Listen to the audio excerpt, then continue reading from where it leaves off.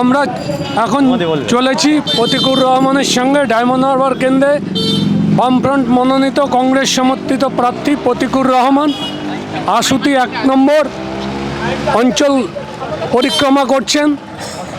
আমরা প্রথমেই প্রতিকুরের থেকে জানতে চাইব, প্রতিকুরের নামটা ঘোষণায় দেরি হয়েছে, হ্যাঁ, ডায়মন্ড হারবারের মতন এত বড় অঞ্চল উনি কিভাবে কভার করছেন? এই তো পায়ে হেঁটে কভার করছি, কারণ ডায়মন্ড হারবার তো আমার এখানে ডায়মন্ড হারবারে বেড়ে ওঠা, ছাত্র রাজনীতি করা, বিকশিত হয় এইখানে, ফলে এটা আমার জন্য নতুন কিছু নয়। পায়ে হেঁটেই আমার চেনা অঞ্চল, চেনা জায়গা, ফলে কোনো সমস্যা হচ্ছে না। আচ্ছা, দ্বিতীয় প্রশ্ন হচ্ছে, মানে রাজনীতির ক্ষেত্রে বলা হচ্ছে হ্যাভিওয়েট, যদিও আমরা বিশ্বাস করি না হ্যাভিওয়েট বলে রাজনীতির ক্ষেত্রে কিছু থাকে, কারণ যদি হ্যাভিওয়েট প্রার্থী থাকে তাহলে ইন্দিরা গান্ধীকে পরাজিত হতে হতো না। আপনি এই ব্যাপারে এই যে ঘুরছেন, ঘোরার মধ্য দিয়ে কতটা আশাবাদী ডায়মন্ড হারবারের ক্ষেত্রে? দেখুন, মানুষের রেসপন্স যদি আপনি তোলেন, মানুষ বিগত 10 বছরে মানুষ ইলেকশনে অংশগ্রহণ করতে পারেনি বিস্তীর্ণ অংশে। পানীয় জলের সমস্যা, সে নয়নজুলিগুলি দখল করে প্লট করে বিক্রি হচ্ছে, সেচ ব্যবস্থার বেহাল দশা, কারখানা কল কারখানা একটার পর একটা বন্ধ হয়ে আছে, তো ফলে মানুষ সে নিয়ে বিরক্ত হয়ে আছে। মানুষ যদি রায় দিতে পারে খেলা।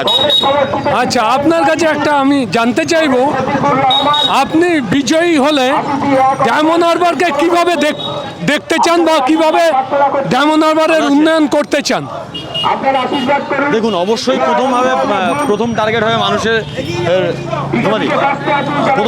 মানুষের গণতান্ত্রিক অধিকার ফেরানো, মানুষ যাতে কথা বলতে পারে, মানুষ যাতে ভয়মুক্ত পরিবেশে বেড়ে উঠতে পারে, কেউ যাতে সরকারের কোনো সরকার বিরোধী কোনো কথা বললে তাকে যাতে রাত্রেবেলায় চিন্তা করতে না হয়, বাড়িতে হয় পুলিশ বা তৃণমূল আসবে।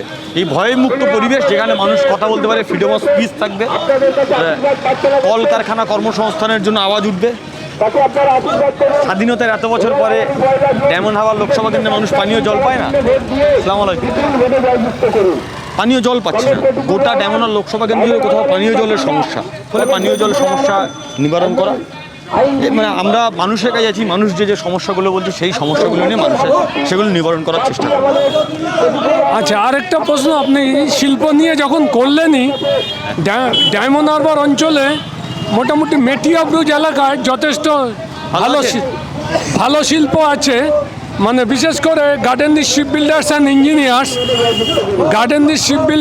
ইঞ্জিনিয়ার্স যে বিলগ্নীকরণ করার দিকে এগিয়ে দিয়েছে মোদী সরকার, শুধু গার্ডেনরি শিপ বিল্ডার্স কেন, LIC সহ ব্যাংক, এই ব্যাপারে আপনার অভিমত কি?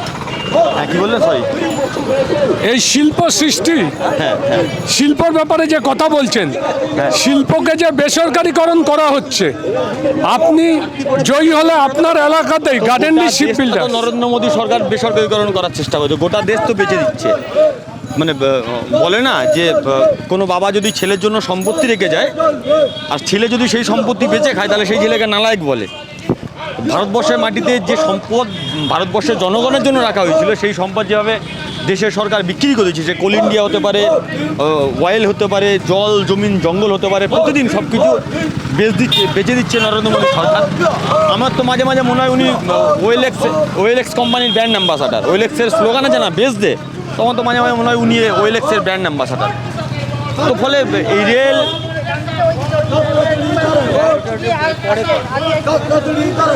আপনি দাঁড়িয়ে অবশ্যই জনগণ ভালো আছেন।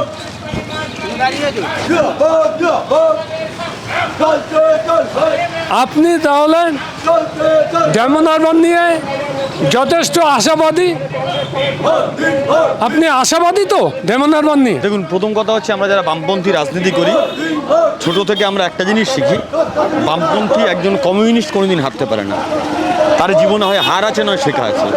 তো ফলে আমি তো সবসময় আশাবাদী, কারণ আমার জীবনে আমি ক্যান্ডিডেট, আমার হারাবার কি আছে? আমার ওই ঝালবাতি হারানোর ভয় নেই, সিকিউরিটি গার্ড হারাবার ভয় নেই, মানুষের জুতো খাওয়ার ভয় নেই। কিন্তু উল্টো দিকে যিনি আছেন ওনার তো এগুলো আছে, একবার যদি সেগুলো হারিয়ে যায় ওনার কি হবে? ভালো আছো? শুধু কি ঝাড়বাতি লালবাতি এটা শুধু না, এই যে শিক্ষা ব্যবস্থা নিয়ে যে করাপশন, এই ব্যাপারে আপনার মতামত কি? হ্যাঁ, কি বলছে?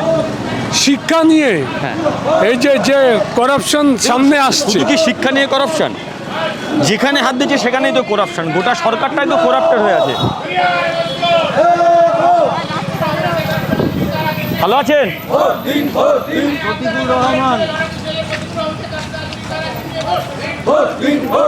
তো ভালো আছো?